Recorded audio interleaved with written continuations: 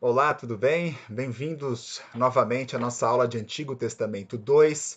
Nós estamos nos livros de 1º e 2º Reis. Vimos que esses livros eles compõem uma unidade e hoje nós vamos falar sobre alguns temas gerais de 1º e 2º Reis que são necessários, indispensáveis para que nós possamos entender o livro como um todo.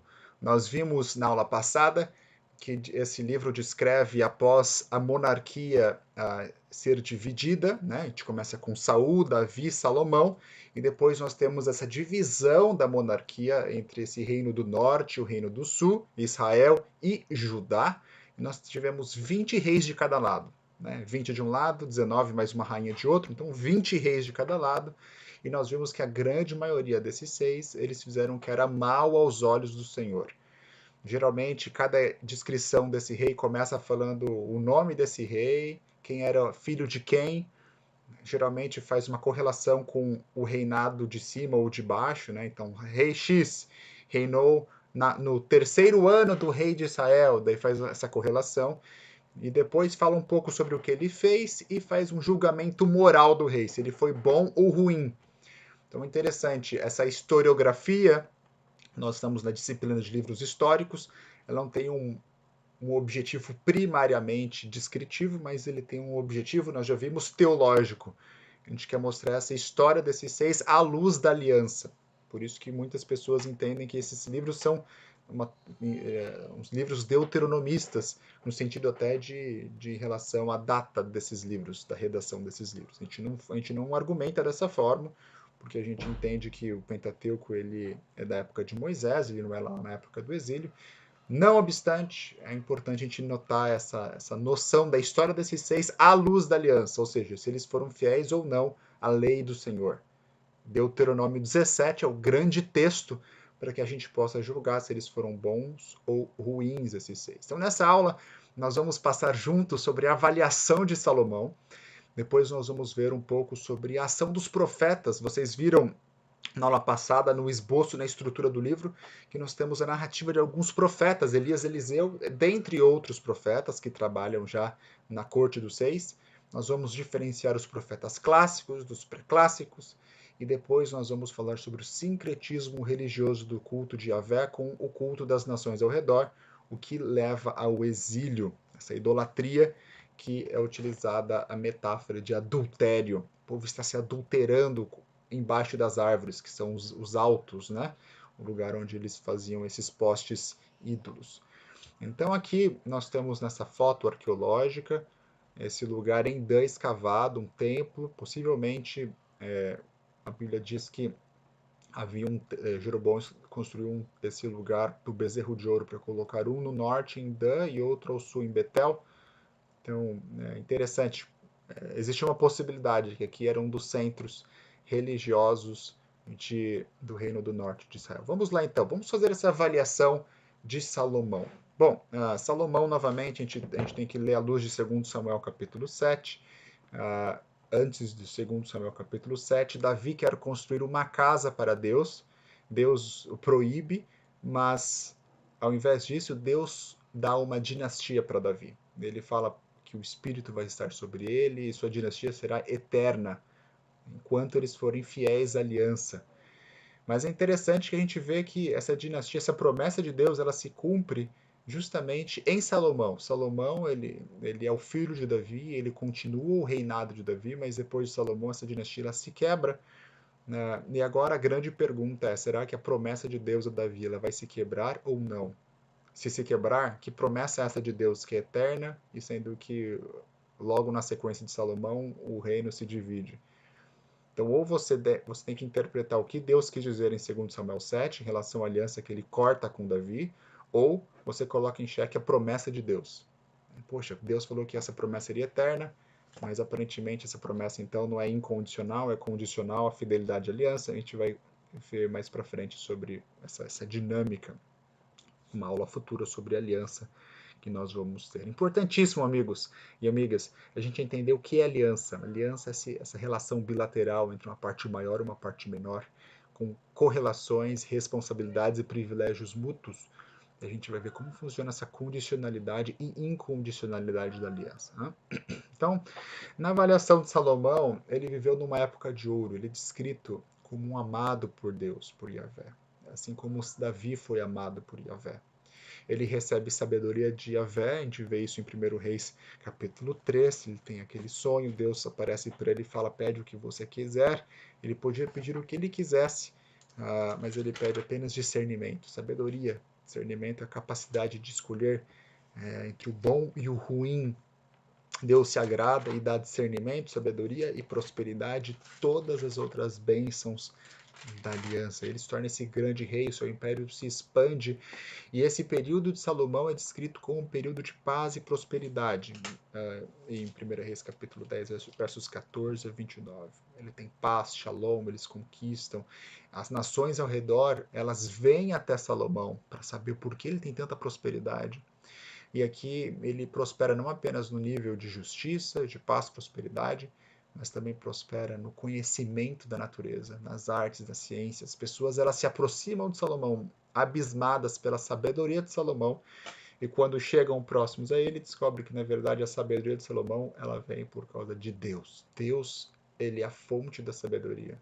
E de fato, ele mesmo disse, né? A palavra de Deus disse que o temor do Senhor é o princípio da sabedoria. Quando você lê Provérbios, você vê justamente essa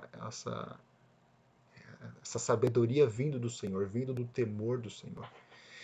E é interessante que os conselhos bons de Salomão, alguns em Provérbios, Cânticos dos Cânticos, sobre a sexualidade, ele mesmo não cumpriu. E aqui fica uma tremenda dica para nós, líderes espirituais, pastores, clérigos, que nós estamos com a sabedoria de Deus, trabalhando com a sabedoria de Deus. E a história de Salomão, ela mostra que não adianta nós sabermos tudo isso, mas nós devemos viver tudo isso. Quando você lê Cântico dos Cânticos, quando você lê Provérbios, né, falando sobre a mulher adúltera, a mulher ter muitas mulheres, o próprio Salomão não segue os seus próprios conselhos. E a gente vê na vida dele, através da ruptura de seu reino, né, que o caminho longe dos conselhos de Deus sempre vão trazer morte, divisão, pobreza, dificuldade. Agora, os caminhos com Deus, seguindo a instrução divina, o princípio bíblico de prosperidade, de vida, através das minhas leis vocês terão vida, Levíticos capítulo 18, versos 4 e 5. Vão trazer vida, prosperidade, abundância. Vocês vão plantar suas vinhas e vão comer delas, suas mulheres vão ter muitos filhos.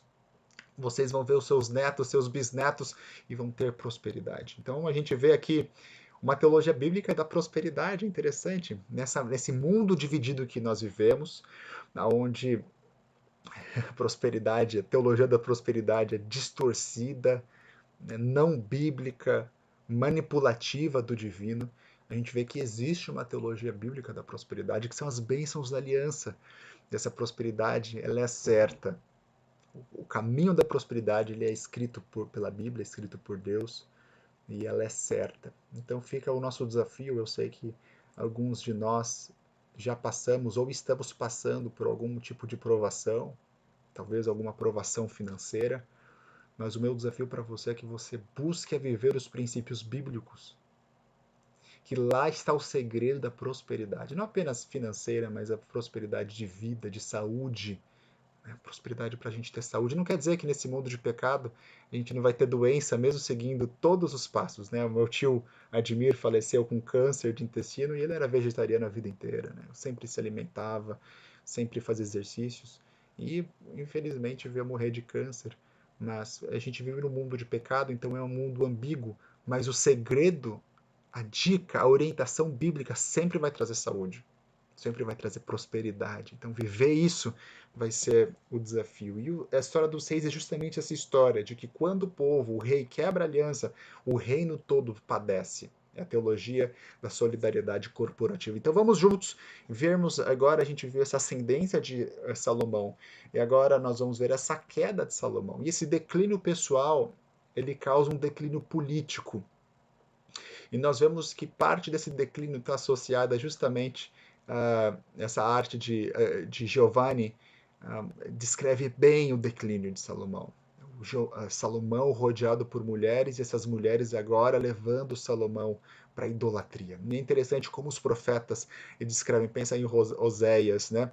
Descreve a idolatria como imoralidade sexual.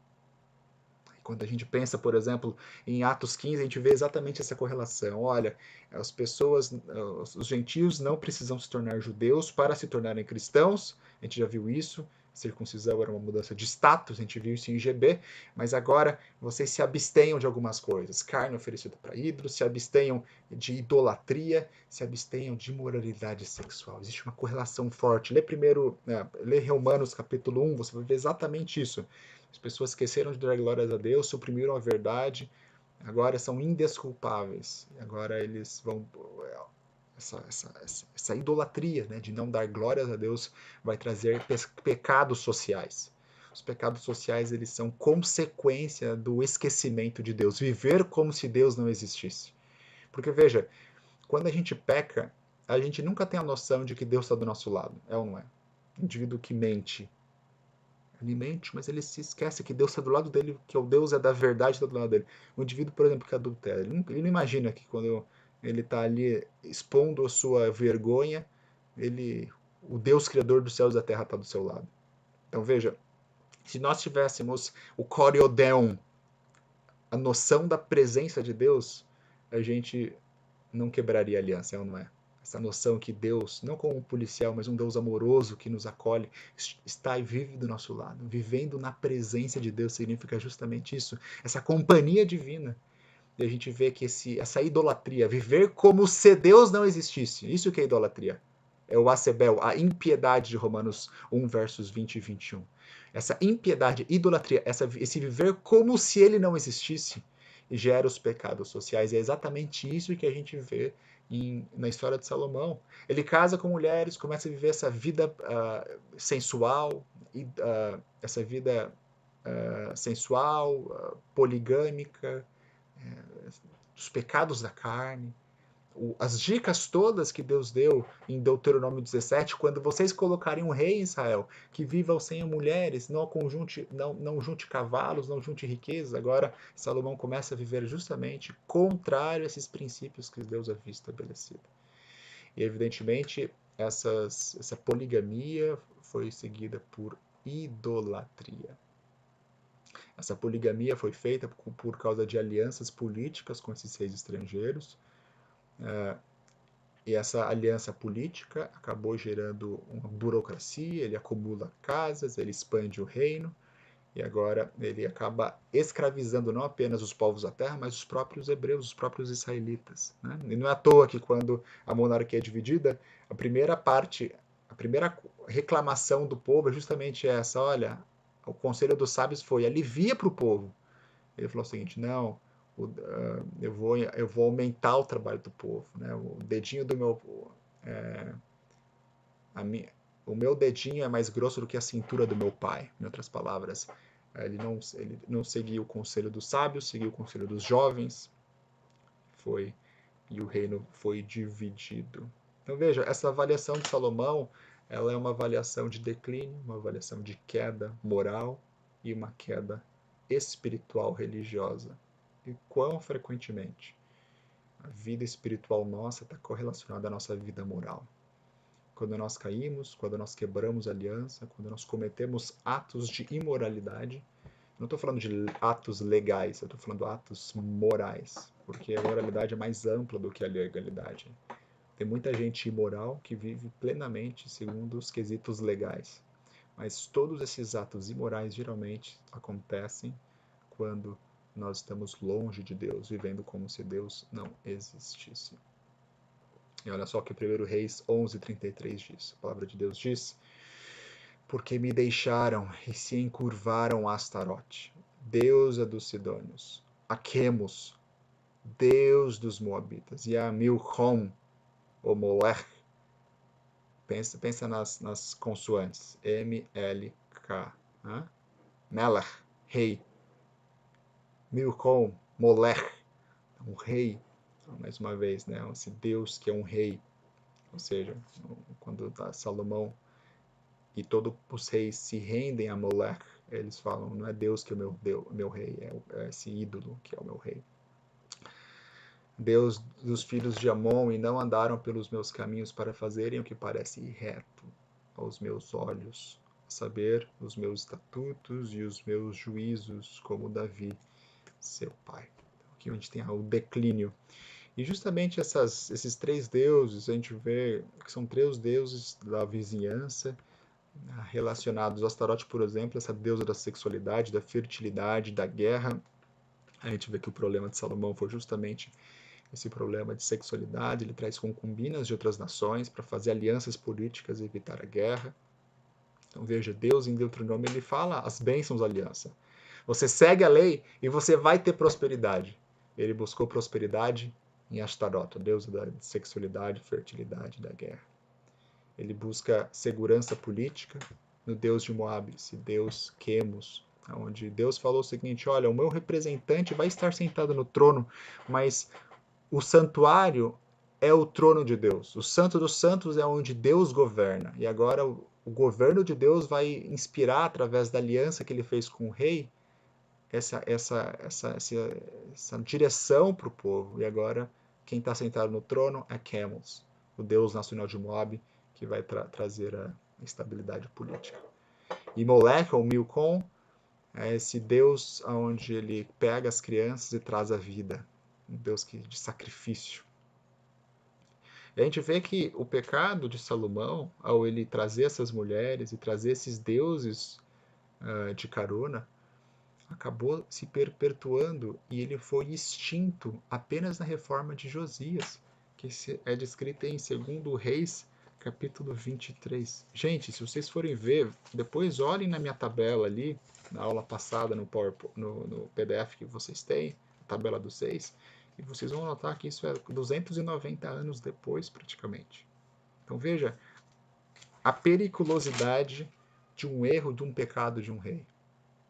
Acabou instituindo essa instituição perversa de sacrifício de filhos por praticamente 300 anos.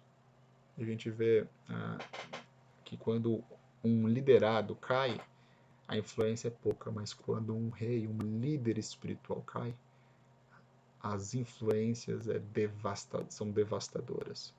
Por isso, novamente, o desafio para cada um de nós, para que todos os dias nós busquemos a Deus em humildade, renovemos nossa aliança com o Senhor diariamente, porque um líder espiritual, quando ele fraqueja os seus pés, a consequência é muito grande. Um desafio para cada um de nós, né? A história de Salomão, que foi um grande líder, né? E depois que Salomão ele introduz isso, o resultado é natural que a dinastia é quebrada. E daí nós entramos na época da monarquia dividida. E quando a monarquia se divide, o reino do norte ele continua nessa ascendência de idolatria que já havia começado com Salomão. E diz que Jeroboão, quando ele se tornou rei do reino do norte, primeiro rei do reino do norte, ele construiu 2 bezerros de ouro, um em Dan ao norte e outro em Betel, para evitar que o povo voltasse para Jerusalém. E quando você ouve bezerros de ouro, você está ouvindo os ecos? Que eco que você ouve? Fala para mim em voz alta. Que eco que você ouve? Hã? Conversa comigo. Óbvio, né? Você consegue ouvir um eco aí. Mas talvez você não esteja ouvindo todos os ecos. Esse eco de você adorar o Deus verdadeiro através dos meios incorretos, dos meios falsos. Então você, por exemplo, talvez você tenha ouvido talvez o eco de Êxodo, né? Mas talvez você não tenha ouvido o eco do sacerdote de Mica no final de Juízes, né? Adorando o Deus verdadeiro através de ídolos. E tem tantos outros ecos acontecendo através dessa instituição de Dan e de Betel. 1 Reis capítulo 12, versos 26 a 30, a palavra de Deus diz: e disse Jeroboão no seu coração: agora tornará o reino à casa de Davi, se este povo subir para sacrificar, ou melhor, para fazer sacrifícios na casa do Senhor em Jerusalém, o coração deste povo se tornará seu senhor, a Roboão, rei de Judá, e me matarão, e tornarão a Roboão, rei de Judá. Pelo que o rei tomou conselho e fez 2 bezerros de ouro. Aqui, olha, 2 bezerros de ouro, um para o norte, um para o sul. E disse: muito trabalho vos será ao subir a Jerusalém. Vês aqui teus deuses, ó Israel, que te fizeram subir da terra do Egito.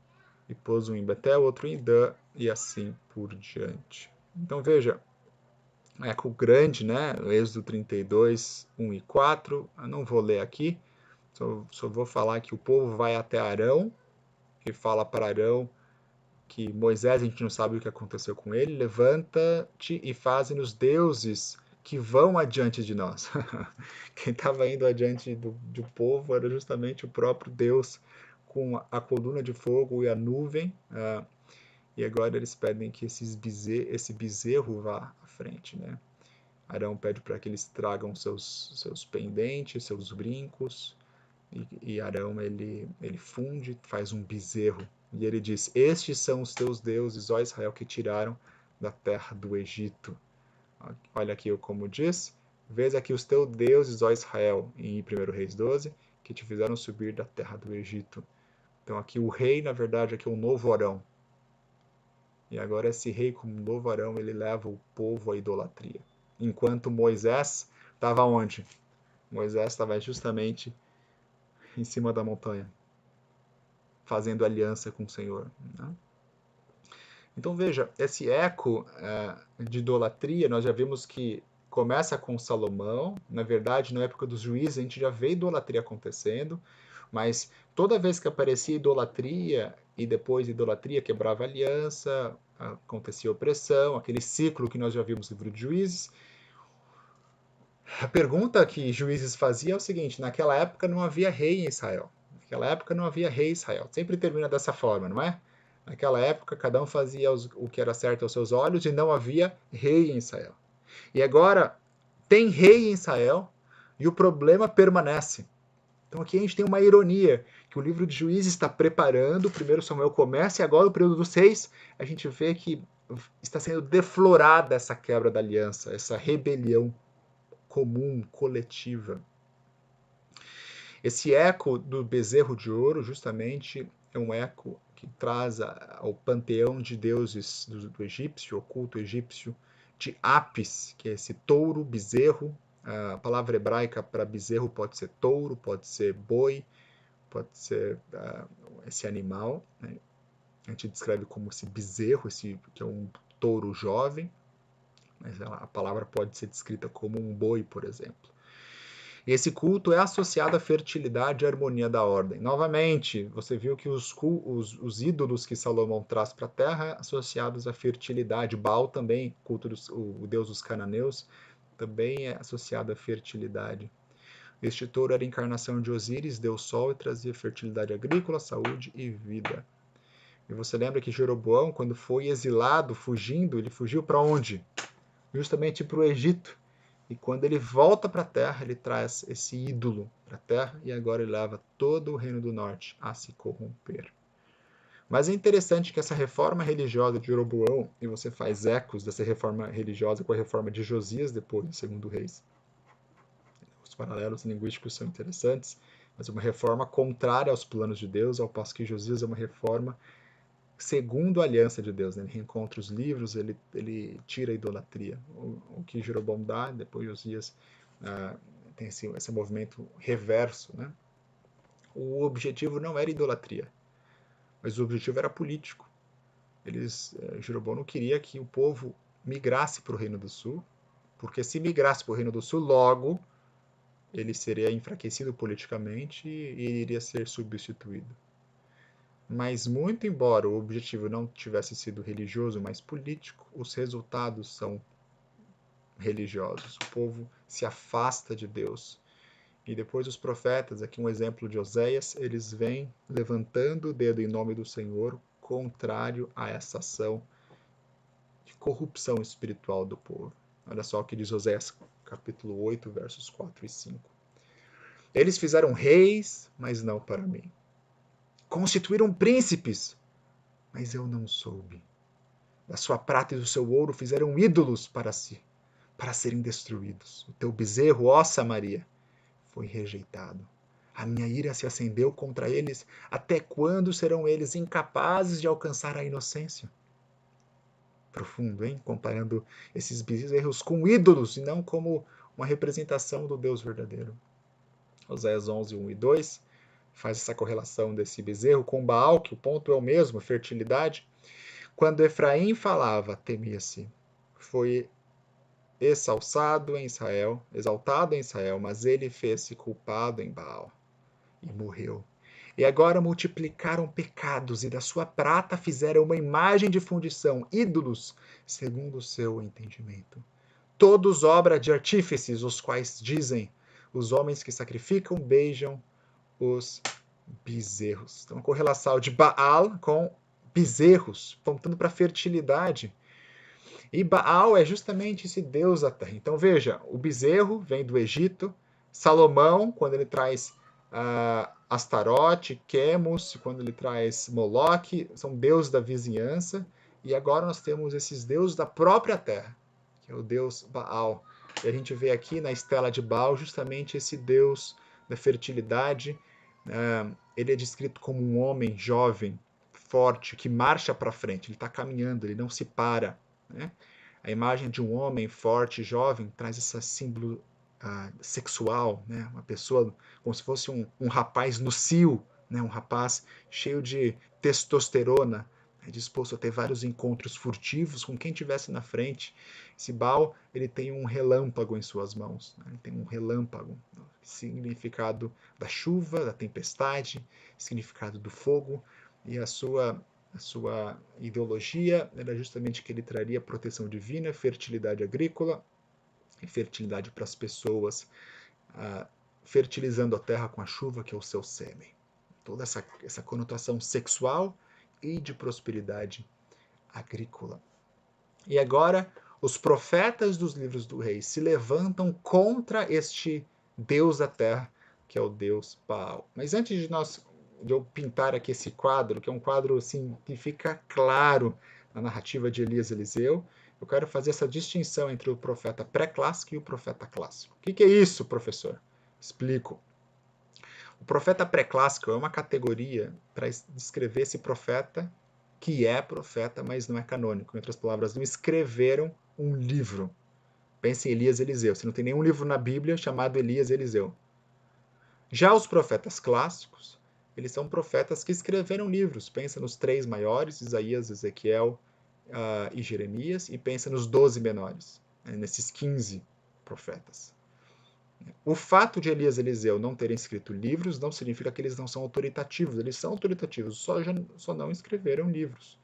Quando eu explico a autoridade de Ellen White, eu explico usando essas categorias. Né? O fato de um profeta não ser canônico não significa que esse profeta não é autoritativo. Ele é autoritativo, porém ele não escreveu um livro. E em termos de gênero literário, tem também uma diferença bem direta, que as histórias de Elias e Eliseu não são oráculos, ou seja, um profeta levantando na primeira pessoa e descrevendo um oráculo, como você lê nos profetas menores, ou em Isaías, pensando em Jeremias 28, um oráculo, você levanta e fala. Mas são histórias, são narrativas. E geralmente esses profetas pré-clássicos, eles servem na corte, ao passo que os profetas clássicos ministram para a corte, mas tem oráculos para as nações. Pensa em Isaías. Oráculo para a Babilônia, oráculo para Tiro, oráculo, enfim, para todas as nações ao redor, e fala com o povo também. Então, algumas diferenças clássicas.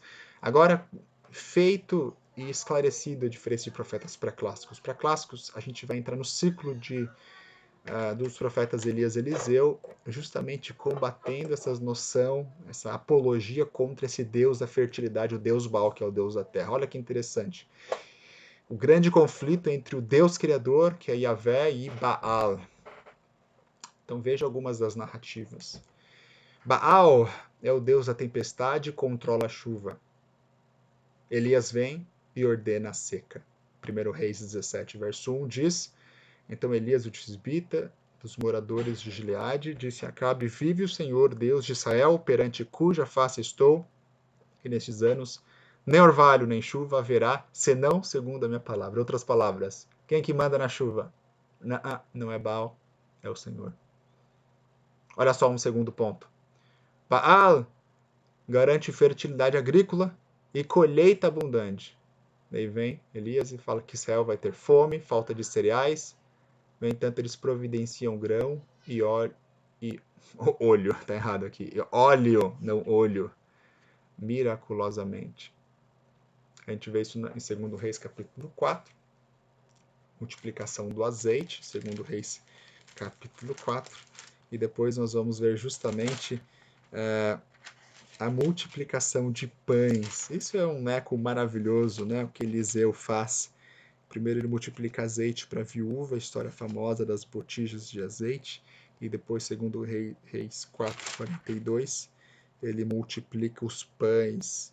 E é interessante a gente ver a tipologia com Jesus, porque quando João Batista vem, ele vem como Elias, e Jesus ele vem como Eliseu, no poder de Elias, né, proclamando o reino. E os milagres de Eliseu, os milagres de Jesus seguem uma ordem semelhante aos milagres de Eliseu. Jesus multiplica pães, ele sacia fome, Eliseu multiplica pães, sacia fome. Vou ler para você essa conotação. Talvez você não tinha visto esses paralelos entre o ministério de Jesus e Eliseu. Talvez você soubesse o paralelo de João Batista e Elias, mas não o paralelo de Jesus com Eliseu. Peter Leithart faz esses paralelos de forma maestral. Deixa eu só ler essa multiplicação dos pães aqui, para você ter um gostinho, tá? Segundo Reis, capítulo 4, versos 42 a 44, a palavra de Deus diz: Veio um homem de Baal Salisa e trouxe ao homem de Deus pães das primícias, 20 pães de cevada e espigas verdes no seu alforje. Disse Eliseu: Dá ao povo para que coma. Porém, seu servo lhe disse: Como hei de eu pôr isto diante de 100 homens? Em outras palavras, é pouca comida para muita gente. Ele tornou a dizer: Dá-o ao povo para que coma, porque assim diz o Senhor: comerão e sobejará. Então lhes pôs diante, comeram, e ainda sobrou, conforme a palavra do Senhor. Gente, o paralelo é muito grande. É muito grande. Quando a gente vai ver o paralelo com a multiplicação dos pães, a gente vê exatamente esse paralelo de forma assim gigantesca, quando tem pouca comida, poucos pães, poucos peixes, tem duas multiplicações, uma que alimenta 5.000 homens e outra que alimenta 7.000 homens, mas o ponto é o mesmo, os recursos são escassos, e Jesus fala, dá para o pessoal. E depois eles, no final, a narrativa ainda fala que eles passaram recolhendo e sobraram cestos. Numa narrativa fala que sobraram 12 cestos de comida. Ou seja, ele multiplica os pães e ainda sobra comida, sobeja. Né? A bênção da aliança, é um sinal da bênção de aliança. O que Jesus está fazendo? Jesus está falando que ele é o novo Eliseu. Que o que Eliseu fez, agora ele está fazendo, para restaurar a aliança de Israel. Um eco gigantesco gritando, mas talvez pela falta desse conhecimento do background, do contexto, você não tivesse notado isso antes. Olha só, Baal controla os raios e o fogo. Tanto que tem aqui, olha, dá uma olhada, tem um raio na mão de Baal. E Elias ordena fogo descer do céu no monte, no nome de Yahvé. Olha só, no monte Megido, Carmelo, grande batalha, então caiu fogo do céu e consumiu o holocausto, e a lenha, e as pedras, e o pó, e lambeu a água que estava no rego. E depois, quando o rei pede para chamá-lo, a gente vê a narrativa dizendo, mas Elias respondeu e disse ao capitão de 50, se eu, pois, sou homem de Deus, desça fogo do céu, e te consuma a ti e aos teus 50. Então fogo desceu do céu e consumiu a ele e aos seus 50. E você conhece essa história onde manda novamente outro mensageiro e assim o fogo do céu cai várias vezes até que ele vai encontrar com o rei. Então veja, Baal controla o raio, Baal controla o fogo. E agora a narrativa explicitamente está falando, na verdade não. Quem controla a chuva, quem controla o fogo é Yahvé. Então a narrativa desses profetas pré-exílicos, eles vão desafiar justamente essa narrativa onde existem ídolos, e esses ídolos influenciam. A palavra de Deus fala, não, esses ídolos são pequenos. A mesma lógica você vê no Êxodo, onde cada praga cai sobre um deus egípcio, mostrando que, na verdade, o Senhor Criador dos céus e da terra. Ele é o único Deus. Todo o resto não passa de ídolos. Então, em conclusão, o exílio virá, e o segundo Reis termina com o exílio, não é? Primeiro cai Samaria, depois cai Jerusalém, e o exílio vai vir por causa dessa quebra da aliança. Essa quebra da aliança ela acontece por causa da idolatria, ídolos que são introduzidos, e esses ídolos levam a pecados sociais. Outra conclusão que nós podemos fazer é que os reis de Israel, eles não são melhores do que os juízes de Israel. E aqui fica uma ironia, e fica aquele gostinho de, então, e a esperança de Israel? Então, como que a bênção que Jacó, Israel recebeu iria ser cumprida? E a bênção de Jacó, Israel, é a bênção de Abraão. Como que fica esse gostinho, um sentimento amargo na boca? E aí a gente volta para a aliança que Deus fez com Davi, que Deus haveria de levantar um rei para Israel. Essa é uma promessa de aliança feita para Davi, a mesma promessa que Deus havia feito para Jacó, a mesma promessa que Deus havia feito para Abraão. Que vocês vão ter uma semente, a semente ela vai trazer prosperidade e abençoar o mundo. Então o que está acontecendo na história dos reis é justamente uma preparação, e agora os profetas que ministraram na época dos reis, né? Não é os profetas, quando a gente lê os profetas, Isaías, Jeremias, eles estão ministrando na época dos reis. Quando você pensa em Isaías, por exemplo, ele ministrou na época justamente de Jotão, de Uzias, de Acás, tem várias histórias de Acás, segundo Reis capítulo 37 em diante, e de Ezequias, e morreu nas mãos de Manassés. Então veja, o que está se preparando é que esses reis foram insuficientes. Esses reis, eles vieram ambíguos, eles não são melhores do que justamente os juízes. Então Deus há de preparar um rei para si. E agora Isaías capítulo 7, verso 14, vai mostrar que um novo rei vai subir, esse rei Emanuel. Isaías capítulo 9, capítulo 11, vai falar o seguinte, que vai vir um rebento de Jessé. E esse rebento de Jessé vai reinar com equidade, com justiça. Esse rebento de Jessé vai trazer shalom, vai trazer paz e prosperidade. Esse rebento de Jessé vai fazer com que todas as nações, isso é Isaías capítulo 11, versos 5 e 6, todas as nações busquem essa pessoa, esse rei. E até mesmo a ordem natural vai ser melhorada. Agora o lobo vai pastar junto com o cordeiro, a ursa vai pastar junto com o boi. Então essa inimizade natural vai ser restaurada. Então novamente termina com essa esperança messiânica. Esses reis foram insuficientes, mas vai vir um rei. E termina dessa forma, de forma inconclusa. E agora a esperança messiânica vai vir em doses homeopáticas, em conta-gotas, nos livros dos profetas. Obrigado por participar de mais essa aula. Que Deus o abençoe. Havendo dúvidas, nosso fórum está aberto para que você possa participar, expor sua dúvida, para que a gente possa continuar essa interação. Um ótimo dia para todos.